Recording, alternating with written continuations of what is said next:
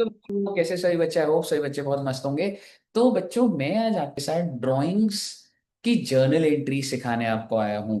देखो बच्चे, ड्राइंग्स क्या होता है? ड्राइंग्स होते हैं कि व्हेन यू विड्रॉ कैश और any other thing for personal use from the business. यानी कि अगर बिजनेस में कोई चीज है और अगर मैं उसको विड्रॉ कर लूं और घर लेके चला जाऊं तो वो ड्राइंग्स होती है। जैसे कि आप एक बार देख सकते हैं, जैसे मान लो इंस्टीट्यूट में एसी लगा हुआ है, तो अगर मैं एसी अभी निकालूं और मैं घर ले जाऊं तो क्या ये ड्राइंग्स है? बिल्कुल है। लेकिन ये ड्राइंग्स ऑफ फिक्स्ड एसेट हो जाती है। तो बेसिकली ऐसे थ्री टाइप ऑफ ड्राइंग्स होती है। एक होता है ड्राइंग्स ऑफ कैश, एक होता है ड्राइंग्स ऑफ फिक्स्ड एसेट, और एक होता है ड्राइंग्स ऑफ गुड्स।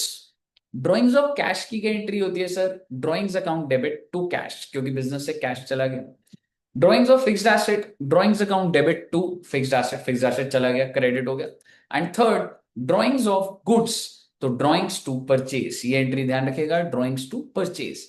तो आप देखेंगे जो भी चीज बाहर जा रही है वो क्रेडिट हो रही है। जैसे कैश गया तो टू कैश, फिक्स्ड एसेट हुआ तो टू फिक्स्ड एसेट, और अगर गुड्स चले गए तो टू परचेज। पर हमने डेबिट क्या करा? ड्राइंग्स। और ये ड्राइंग्स हम कहां से माइनस कर देते हैं बच्चे?